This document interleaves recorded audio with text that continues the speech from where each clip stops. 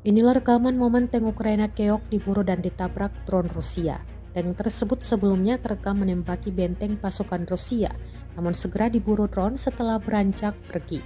Rekaman detik-detik serangannya diunggah di Telegram pada Minggu 26 Januari 2025. Tuliskan dalam keterangan unggahannya bahwa operator UAV dari Brigade ke-132 Rusia membakar tank Ukraina yang beraksi di arah Sersinix.